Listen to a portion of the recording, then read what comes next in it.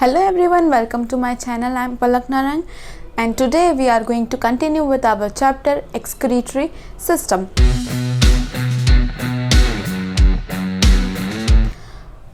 Last class तक हम लोग ने जितने भी एक्सटर्नल इंटरनल स्ट्रक्चर थे जो भी किडनी के रिलेटेड थे, किडनी की ट्यूब्यूल मतलब नेफ्रॉन और छोटी मोटी जो बातें होती है या इंट्रोडक्शन बोल सकते हैं किडनी के बारे में, वो सब कर लिया था.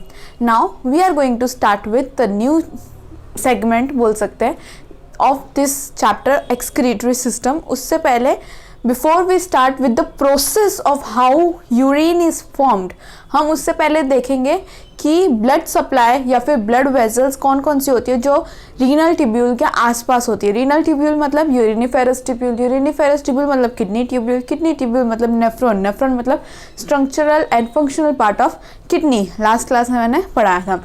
सो लेट्स स्टार्ट विथ कहाँ कहाँ पे ब्लड सप्लाई होती है किडनी के और किधर किधर होती है और कैसे कैसे होती है वो सब. हम अगर ब्लड वेसल्स की बात कर रहे हैं तो सबसे पहले हम स्टार्ट करते हैं एओर्टा से. तो सबसे पहले एओर्टा लिखूंगी मैं, एओर्टा के बाद रीनल आर्टरी. रीनल आर्टरी वो जो किडनी के स्ट्रक्चर में मैंने बनाई थी, जो सबसे पहला मैंने डायग्राम बनाया था, टेक्स्ट बुक में देख सकते हो, वो रीनल आर्टरी. रीनल आर्टरी के बाद एफरेंट आर्टीरियल जो यहाँ से जा रही है. इसके बाद ग्लोमेरुलस,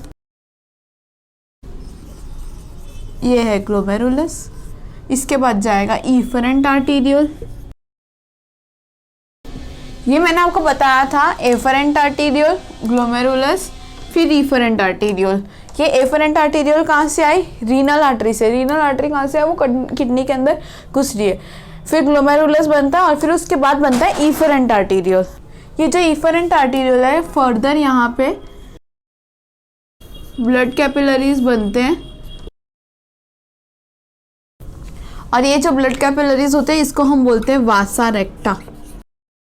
ये फर्दर बनाता है रीनल वेन और रीनल वेन जाती है अल्टीमेटली वेना केवा में. कौन से vena cava? Posterior vena cava.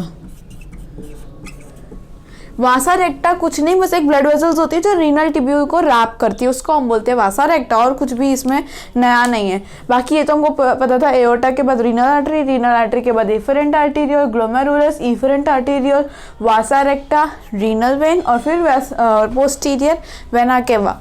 ये हुआ हमारा ब्लड वेसल जो भी इधर उधर फ्लो करता है रीनल ट्यूब्यूल के आसपास. अब एक पॉइंट मैं ऐड करना चाहूँगी इसमें कि ब्लड किडनी के पास कितने टाइम पास हो जाता है. It's 300 to 450 times a day approximately. और यूरिन की फॉर्मेशन कितनी होती है? 1 to 1.5 लीटर के आसपास. बेसिकली 1.2 लीटर, मैंने लास्ट क्लास में 1.2 लीटर बताया था, लेकिन ऐसे भी आप लिख सकते हो कि 1 लीटर to 1.5 लीटर तक यूरिन निकलता है. Because it depends from person to person, सबका अलग अलग होता है. ठीक है, ये हमारी बात हुई जितनी भी बाकी रह गई थी लास्ट क्लास में. Now we are going to start with production of urine.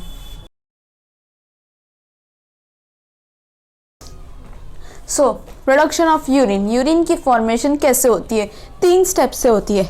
Ultra filtration, reabsorption, tubular secretion. ये 3 स्टेप्स होते हैं जो बहुत भारी भारी लग रहे हैं, जब हम पढ़ेंगे तो बहुत इजी लगेंगे. ठीक है, ultra filtration, again break the name. Ultra filtration, filtration तो सबको पता है, फिल्ट्रेशन. अल्ट्रा मतलब बहुत ही अच्छी लेवल पे फिल्ट्रेशन. तो इसको कैसे करना है कि जब भी हम लोग ग्लोमेरुलस देखते हैं या एफरेंट आर्टीरियल, इफरेंट आर्टीरियल देखते हैं, वोमेंस कैप्सूल देखते हैं, तो एक्चुअली में क्या होता है, एफरेंट आर्टीरियल के अंदर ब्लड आता है, राइट. ये मैंने बना दिया वोमेंस कैप्सूल. वोमेंस कैप्सूल के अंदर होता है ग्लोमेरुलस. ग्लोमेरुलस कहाँ से बनता है? एफरेंट आर्टीरियल और बाद में बनता है इफरेंट आर्टीरियल. जब ब्लड एफरेंट आर्टीरियल से ग्लोमेरुलस के अंदर जाता है तब देखो ना, ये एफरेंट आर्टीरियल की जो थिकनेस होती है और इफरेंट आर्टीरियल की जो थिकनेस होती है वो बहुत डिफरेंट करती है। मतलब ये एफरेंट आर्टीरियल है, ये इफरेंट आर्टीरियल है, ठीक है। अब इसको यहाँ से यहाँ पे जाना पड़ेगा तो कितना ज़्यादा प्रेशर क्रिएट हो जाएगा, क्योंकि देखो यहाँ का रेडियस एकदम कम है, ब्लड तो उतना सेम ही ट्रांसफ़र हो रहा है, ब्लड का वो ज़्यादा या कम तो नहीं हो रहा। तो हम ऐसा मान रहे हैं, हमको पता है यहाँ पे चेंज हो रहा है ब्लड, लेकिन हम अगर माने कि ये वाला मोटा है ये पतला है, जो एक्चुअली में होता है एफरेंट आर्टीरियल का जो थिकनेस होती है वो ज़्यादा होती है इफरेंट आर्टीरियल से, तो यहाँ से यहाँ जब ब्लड ट्रांसफ़र करते हैं तो वो बहुत ज़्यादा प्रेशर क्रिएट हो जाता है, जिसको हम बोलते हैं हाइड्रोस्टैटिक प्रेशर। उस प्रेशर के क्रिएट हो जाने की वजह से यहाँ का जो एक्सेस ब्लड होता है ना वो नीचे चला जाता है ग्लोमेरुलस के अंदर।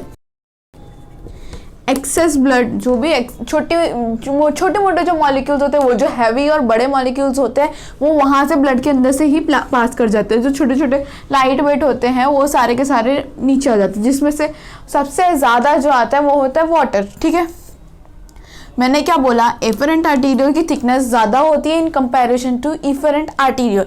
इस वजह से जो भी ब्लड ट्रांसफ़र होता है जब भी, तो ज़्यादा से ज़्यादा हाइड्रोस्टैटिक प्रेशर क्रिएट हो जाने की वजह से ग्लोमेरुलस के अंदर या फिर वोमेंस कैप्सूल कह सकते हो उसके अंदर आ जाता है एक्सेस ब्लड का कंपोनेंट्स, जिस प्रोसेस को हम लोग बोलते हैं अल्ट्रा फिल्ट्रेशन। ये क्या हो रही है, फिल्ट्रेशन की प्रोसेस हो रही है।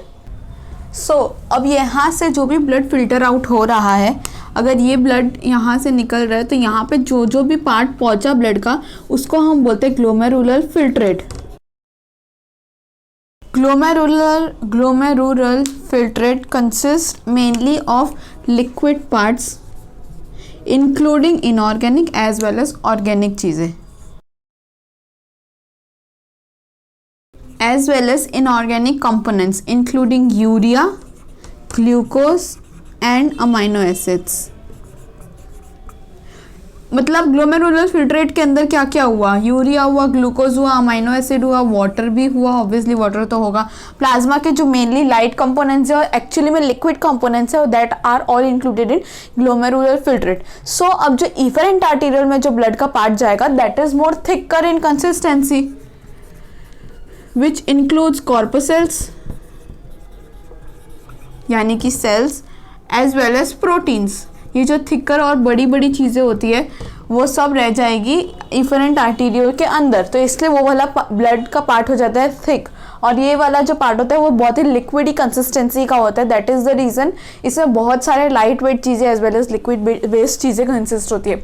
अब अगर आपने मेरी क्लास देखी है तो मैं आपको बता दूँ, अमाइनो एसिड इधर की है, प्रोटीन इधर की, और दोनों सेम होता है, मतलब दोनों ऑलमोस्ट सेम होता है, लेकिन फिर भी यहाँ पे अंदर अमाइनो एसिड्स आ जाता है और बाहर प्रोटीन रह जाता है ब्लड वेसल के अंदर। क्यों?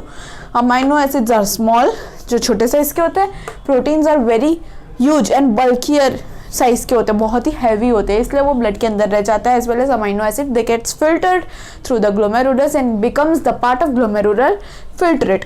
ठीक है, ये सब मैंने आपको लास्ट क्लास में कराया था। Now the second step of formation of urine is reabsorption.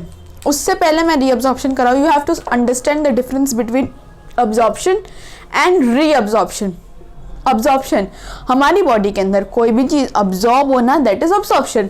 Reabsorption मतलब अब्जॉर्ब हुई हुई चीज़ वापस से अगर सेम चीज़ अब्जॉर्ब हो रही है, दैट इज रीअब्जॉर्प्शन। कभी भी हम कोई भी फूड अगर हम खाते हैं तो हमारी डाइजेस्टिव सिस्टम के अंदर जाता है, स्टमक के अंदर जाता है, इंटेस्टाइन के अंदर जाता है, लार्ज इंटेस्टाइन, स्मॉल इंटेस्टाइन वगैरह जो होते हैं उसके अंदर हमारी फूड का अब्जॉर्प्शन होता है हमारी बॉडी के अंदर। हमने फूड कहाँ से डाला? एक्सटर्नल सोर्स से, मतलब बाहर से हमने फूड अंदर हमारी बॉडी के अंदर लिया, तब उसके जितने भी न्यूट्रिएंट्स होते हैं वो हमारी बॉडी क्या कर लेती है? अब्जॉर्ब कर लेती है। Mark my words, that are absorbed.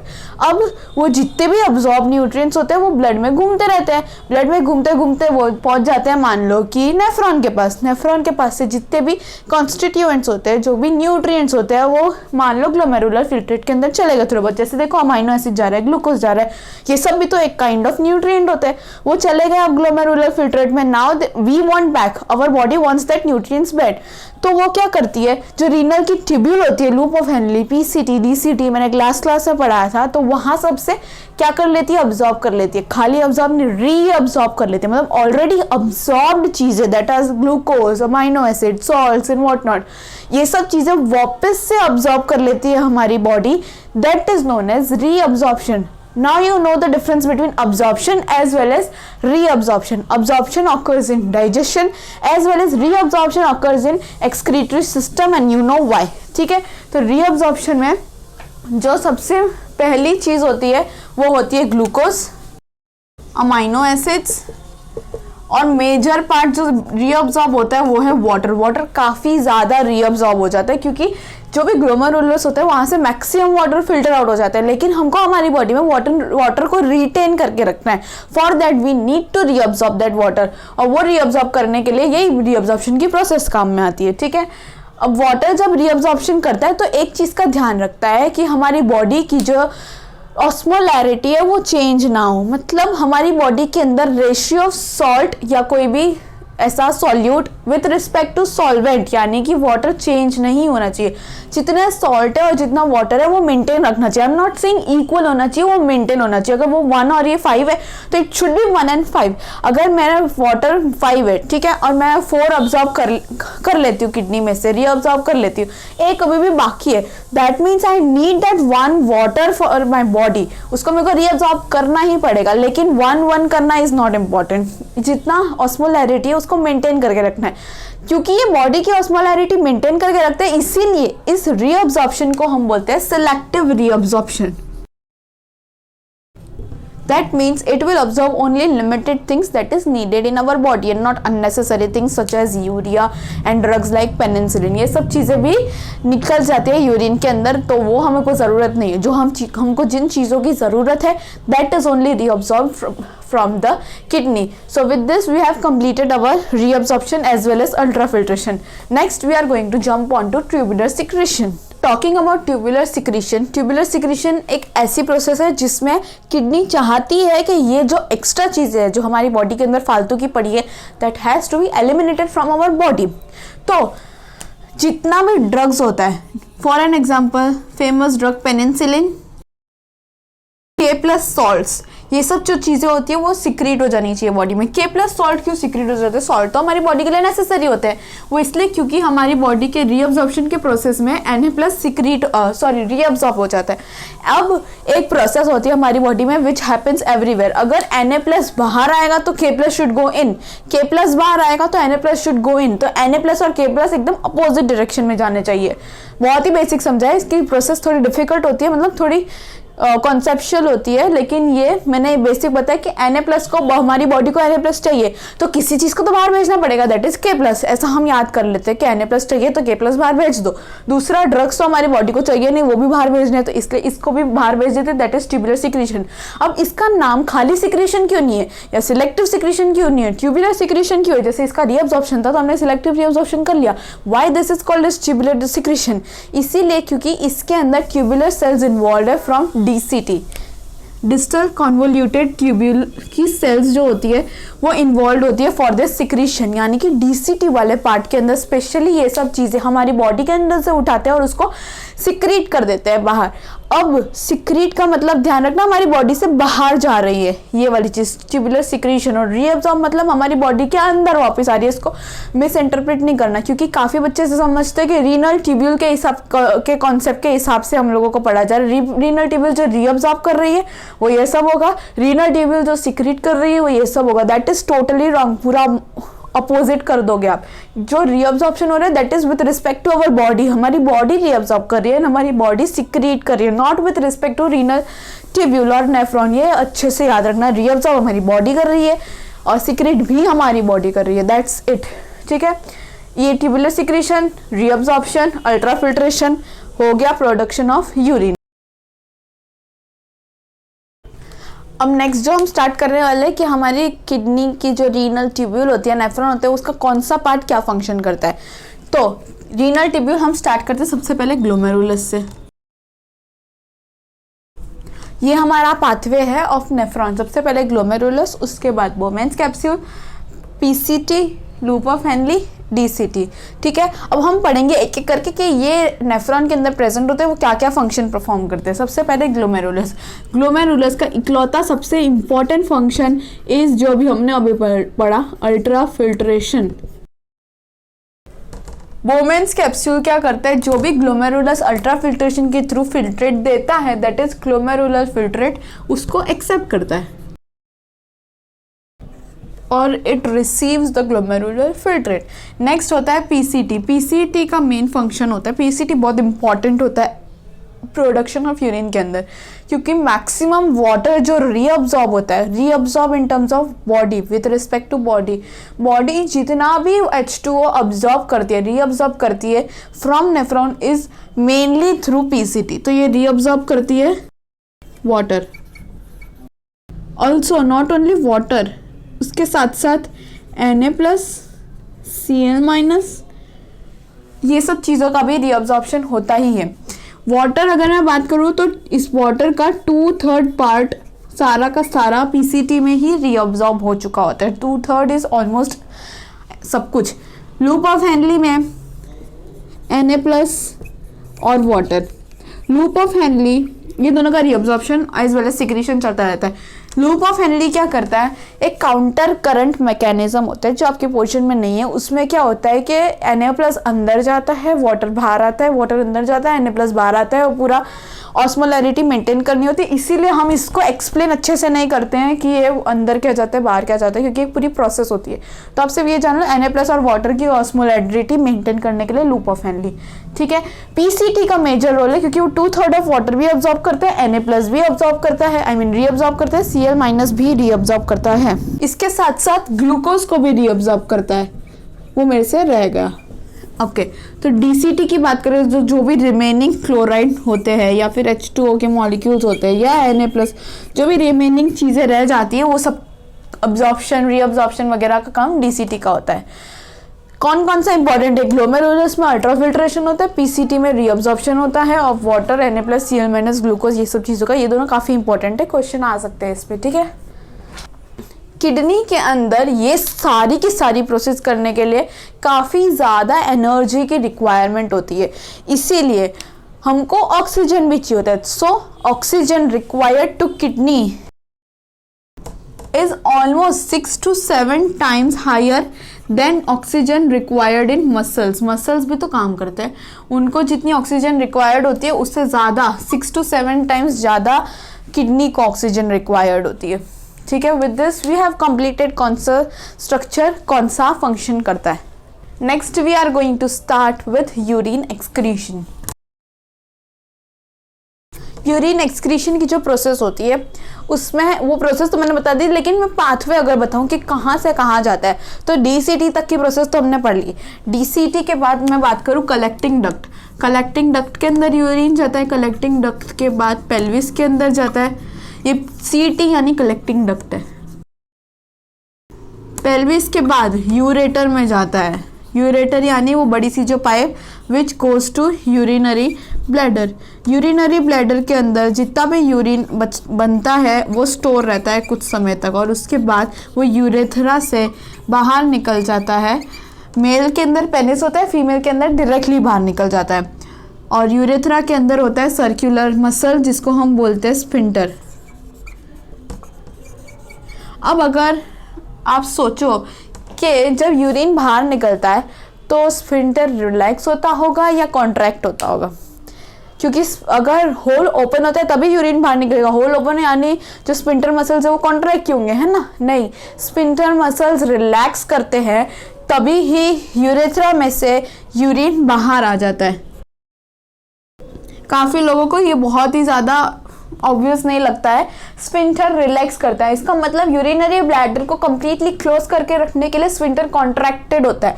जब यूरिनेशन या फिर मिक्सचरेशन का टाइम होता है उसी टाइम पे स्फिंक्टर मसल्स जो होते हैं वो रिलैक्स हो जाते हैं। और ये रिलैक्स खुद से होते हैं नहीं, हमारी नर्वस सिस्टम हमको बोलती है, हमको मतलब हमारी नर्वस सिस्टम स्फिंक्टर मसल्स को बोलती है कि बस तुम अब रिलैक्स हो जाओ, यूरिनरी ब्लैडर और इससे ज़्यादा यूरिन कंट्रोल करके नहीं रख सकता है, उसको निकालना ही पड़ेगा। तो ये रिलैक्स हो जाती है और फिर प्रोसेस ऑफ मिक्सचरेशन ऑकर्स। ठीक है, ये थोड़ा ऐसे इधर उधर लगता है लोगों को, बाकी तो इजी है। Collecting the pelvis, ureter, urethra, sorry urinary bladder, urethra, और फिर sphincter muscle relax, urine goes out, nervous system के थ्रू होता है, और this process is known as micturition. So now we are going to start with physical properties of urine. Physical properties अगर हम बात करें तो सबसे पहली बात आती है मेरे दिमाग में कलर।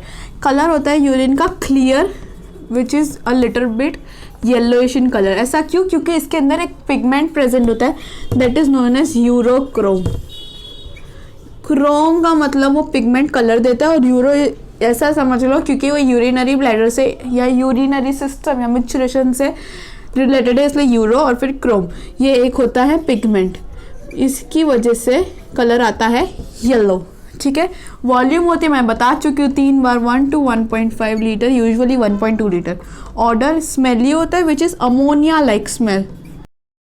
अमोनिया की स्मेल भी ऑलमोस्ट ऐसी, ऑर्डर अमोनिया का ऑर्डर भी ऑलमोस्ट वैसा ही होता है। पीएच इसका होता है 5 to 8, यूजुअली इसका पीएच होता है 6 which is more of acidic. अगर हम लोग प्रोटीन इंटेक ज़्यादा होगा हमारा तो पीएच हो जाएगा हमारा ज़्यादा एसिडिक, और अगर हमारा वेजिटेबल इंटेक ज़्यादा होगा तो फिर हमारा जो यूरिन हो जाएगा वो होगा अल्कलाइन, यानी थोड़ा सा बेसिक हो जाएगा। ठीक है,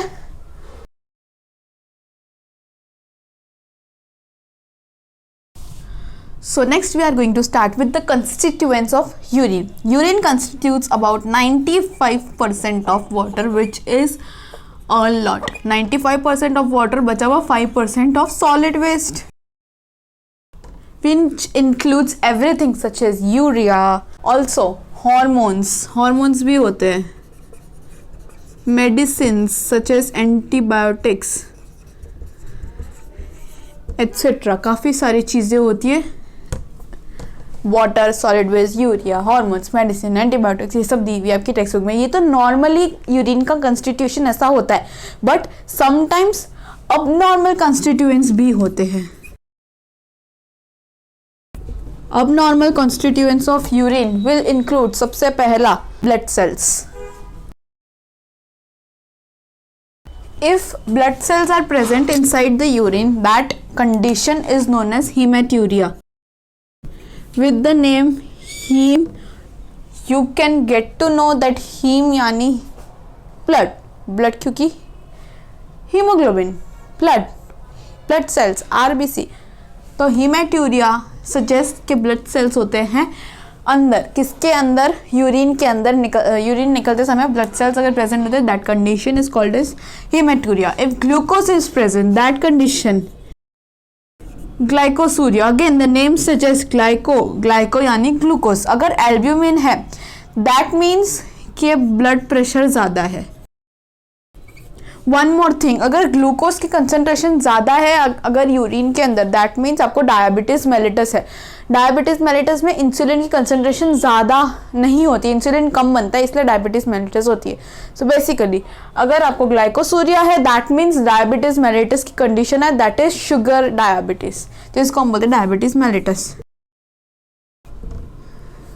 ग्लूकोसूरिया, haematuria, as the name suggest, वो उसके अंदर होगा। ब्लड प्रेशर ज़्यादा है, that means albumin is there inside the urine. Bile pigments कब होते हैं यूरिन के अंदर? जब अनीमिया होता है या लिवर सिरोसिस होता है, ऐसे सब, जॉन्डिस होता है, ये सब कुछ होता है ना, तो बाइल पिगमेंट्स प्रेजेंट होते हैं यूरिन के अंदर। Before I move on to next topic, I want to do a detail of this glucose. इसमें क्या होता है, हमारी बॉडी अगर फॉर सम रीजंस इंसुलिन की प्रोडक्शन कम कर देती है, अगर इंसुलिन का सबसे मेन फंक्शन क्या होता है कि वो ग्लूकोज को ग्लाइकोजन में कन्वर्ट कर देती है हमारी बॉडी के, मतलब हमारी ब्लड वेसल में जो भी ग्लूकोज होता है वो कन्वर्ट हो जाता है ग्लाइकोजन में, और ग्लाइकोजन में कन्वर्ट होने का मतलब वो हमारी बॉडी के अंदर स्टोर हो जाता है। ग्लाइकोजन एक स्टोर फॉर्म होता है। लेकिन if for some reasons insulin is not produce किसी भी कारण की वजह से, so glucose will not convert to glycogen. If glucose will not convert to glycogen, that means you have excess. So diabetes insipidus के टाइम पे क्या होता है कि एडीएच का सिक्रीशन कम हो जाता है, जिस वजह से वाटर का रीअब्जॉर्प्शन कम हो जाता है फ्रॉम डीसीटी, क्योंकि एडीएच का काम यही होता है डीसीटी से वाटर का रीअब्जॉर्प्शन करना, वो कम हो गया। इसका मतलब कि अब यूरिन भी ज़्यादा सिक्रीट होगा और यूरिन के अंदर वाटर की कंसनट्रेशन भी ज़्यादा होगी। On the other hand diabetes जो मेलिटस होता है उसके अंदर इंसुलिन की सिक्रीशन कम हो जाती है और उस वजह से बाद में ग्लूकोज जो है वो ग्लाइकोजन में कन्वर्ट नहीं होता, तो यूरिन के अंदर ग्लूकोज भी चला जाता है। ये डिफरेंस है डायबिटीज़ इंसिपिडस और डायबिटीज़ मेलिटस में। डायबिटीज़ इंसिपिडस यानी आई, उसको हम इंसुलिन के साथ सेम नहीं करेंगे। अगर ये आई है तो इधर इंसुलिन नहीं आएगा, एक सेंटेंस में एक ही आई होगा, ठीक है। Next we are going to study the test of urine. Urine का test is usually saltish but it can also be sweeter sometimes when during diabetes mellitus, क्योंकि डायबिटीज मेलिटस के टाइम पे ग्लूकोज जो है वो यूरिन के अंदर से बाहर निकल रहा है, तो उस टाइम पे स्वीटिश टेस्ट होता है। और एक और केस होता है दैट इज टेस्टलेस। टेस्टलेस कब होता है? जब डायबिटीज इंसिपिडस होती है। इसलिए क्योंकि यूरिन के अंदर जा रहा है बहुत सारा पानी, इस वजह से टेस्टलेस हो जाता है डायबिटीज इंसिपिडस के टाइम पे। Next we are going to study the regulation of urine output. Pituitary gland as well as diuresis play major role in regulation of urine output. Pituitary gland और diuresis increase भी कर सकते हैं urine output को। कैसे? ADH जो hormone है जिसके बारे में मैंने बात की डायबिटीज इंसिपिडस में, वो आता है from posterior lobe of pituitary. Posterior lobe of pituitary से एडीएच आता है। अगर एडीएच का सिक्रीशन कम होता है तो यूरिन के अंदर वाटर की कंसंट्रेशन ज़्यादा होती है, ठीक है। एडीएच का सिक्रीशन कम होता है, यूरिन के अंदर वाटर की कंसंट्रेशन भी ज़्यादा होती है, एज वेल एज यूरिन भी ज़्यादा निकलता है। और यूरिन अगर ज़्यादा निकलेगा तो उसको बोलते हैं डायूरेसिस। कुछ ऐसी चीज़ें हैं जिसकी वजह से डायूरेसिस होता है, जैसे कि टी हो गई, कॉफ़ी हो गई, एज वेल एज अल्कोहल हो गया। ये तीनों चीज़ों की वजह से डायूरेसिस और ज़्यादा चांसेस हो जाते होने के, और इसीलिए इन तीनों को बोलते हैं हम diuretics. Okay, this is all about regulation of urine output. Next is gout as well as kidney stone. Uric acid जो होता है that is not very much soluble, इस वजह से यूरिक एसिड के क्रिस्टल्स बन जाते हैं इन द जॉइंट्स के वहाँ पे क्रिस्टल बनने की वजह से उसको हम गाउट बोलते हैं। अगर यूरिक एसिड कैल्शियम ऑक्जेलेट के साथ कंबाइन हो जाता है तो that is kidney stones. Okay, तो ये कंप्लीट होता है। Will move on to next topic. So our next topic is osmo regulation. Osmo regulation का क्या मतलब होता है कि कोई भी वाटर की और सॉल्वेंट की कंसंट्रेशन को मेंटेन करके रखना हमारी बॉडी में, उसको ऑस्मो रेगुलेशन बोलते हैं। अगर सॉल्यूट की कंसंट्रेशन 1 है, सॉल्वेंट की कंसंट्रेशन 5 है, तो that has to be maintain throughout, तो उसको ऑस्मो रेगुलेशन बोलते हैं। If that is a fluctuation in the value तो मतलब ऑस्मो रेगुलेशन नहीं हो रहा, वो डिस्टर्ब हो चुका है। अब ऑस्मो रेगुलेशन करने के लिए हमारी बॉडी काफ़ी अलग अलग टेक्निक्स अप्लाई करती है, जैसे कि हम समर्स में बहुत ज़्यादा, अब जो मैं बोलने वाली हूँ that is a good question of a give reason. जैसे समर्स में हम लोग बहुत ज़्यादा वाटर इनटेक करते हैं, पानी ज़्यादा पीते हैं, बट लेकिन विंटर्स में इतना ज़्यादा पानी हम नहीं पीते। तो समर्स में फिर भी हमकी यूरिनेशन ज़्यादा नहीं होता है, लेकिन विंटर्स में बहुत ज़्यादा होता है यूरिनेशन। ऐसा क्यों होता है? बिकॉज समर्स के टाइम पे हमारी बॉडी काफ़ी हद तक पानी स्वेट के थ्रू हमारी बॉडी से बाहर निकाल देती है। अब वाटर को हमको मेंटेन करके रखना है।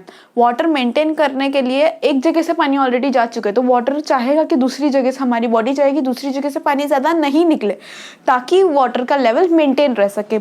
अगर वो दूसरी जगह से पानी निकल जाएगा तो फिर वाटर की लेवल हमारे अंदर, वाटर लेवल की कंसंट्रेशन हमारे अंदर बहुत कम हो जाएगी, विच वी डोंट वांट। इसलिए समर्स में यूरिनेशन कम होता है।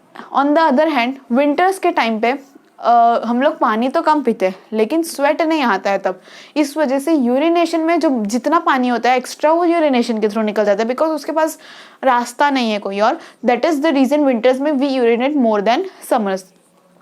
ये एक क्वेश्चन बन सकता है गिव रीजन का। नेक्स्ट हम बात करते हैं कॉलेरा के बारे में।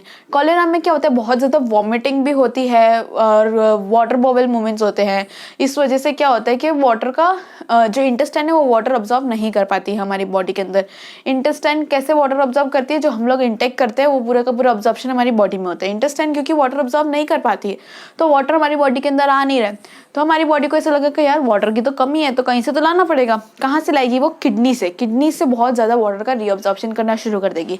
वो इतना ज़्यादा हो जाएगा कि कहीं ना कहीं यूरिया का भी रीअब्जॉर्प्शन होना शुरू हो जाएगा, विच वी डोंट वांट, क्योंकि यूरिया तो एक टॉक्सिक चीज़ है जिसको हमको निकालना है। It is a nitrogenous waste. तो अब अगर यूरिया भी अंदर आएगी तो ये बहुत ज़्यादा पॉइजनस हो सकता है, इसको हम यूरेमिया बोलते हैं और दिस में ऑल्सो लीड टू डेथ। ये ना हो इसलिए इसकी एक ट्रीटमेंट होती है जिसमें ओरल रिहाइड्रेशन सॉल्यूशन दिया होता है, ORS। इसमें क्या होता है कि ज़्यादा से ज़्यादा पानी स्टोर रहता है हमारी बॉडी में। इसको और भी एक चीज़ बोलते हैं, that is glucose saline drip. मैं लिख देती हूँ। So next we are going to start the other topic, that is artificial kidney. अगर हमारे पास कोई भी कारण की वजह से एक किडनी कम हो जाती है so we can survive with 1 kidney, उसमें कोई प्रॉब्लम नहीं है। बट इफ दोनों किडनियां काम करनी बंद हो जाती है तो हमको आर्टिफिशियली एक सोर्स बनाना पड़ता है जिससे सारा का सारा टॉक्सिक हमारी बॉडी से बाहर निकल जाए। That is where this comes in place, that is dialysis और आर्टिफिशियल किडनी। इसी को डायलिसिस को ही आर्टिफिशियल किडनी बोलते हैं। इसमें क्या होता है कि हमारी बॉडी में जो एक आर्म से रेडियल आर्टरी को हम लेते हैं, हम आर्म से रेडियल आर्टरी को लेते हैं और फिर उसके बाद उसको मशीन के अंदर पास कर देते हैं। मशीन के अंदर पास करने से क्या होगा, जो भी यूरिया होगा और एक्सेस जो भी सॉल्ट्स होंगे वो सब निकल जाएंगे। उसके बाद इसको वापस हम लोग वेन्स के अंदर भेज देते हैं, वो भी सेम आर्म से, अलग हाथ नहीं, सेम आर्म से जहाँ से हमने आर्टरी ली थी वहाँ पे वापस भेज देते हैं। तो इससे क्या होगा, जो भी टॉक्सिन्स होगी वो मशीन हमारे बाहर निकाल देगी और हमारे पास फ्रेश ब्लड आ जाएगा। जो किडनी काम करती है वो हम मशीन से करवाना चाहते हैं। So this is what is artificial kidney. अगर परमानेंट डायलिसिस की जरूरत पड़ती है तो आपको एवरी 12 आवर्स आना पड़ता है फॉर 2 वीक्स, ठीक है। अब एक लास्ट टॉपिक बाकी रह गया, दैट इज कौन कौन सा सब्सटेंस क्या क्या सीक्रेट करता है या एक्सक्रीट करता है। मैं पहले वो टॉपिक्स लिख देती हूँ।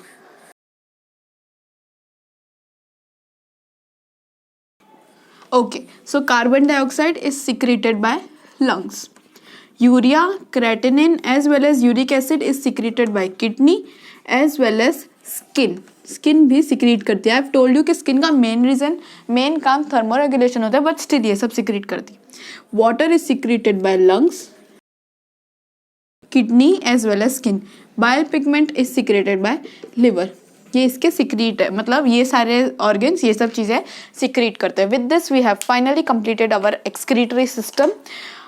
what you have to do now is completely read or thoroughly read your textbook, which is more important. Solve some questions और फिर उसके बाद चैप्टर कंप्लीट होता है। I will meet you in my next chapter. तब तक के लिए कीप स्टडिंग। Thank you.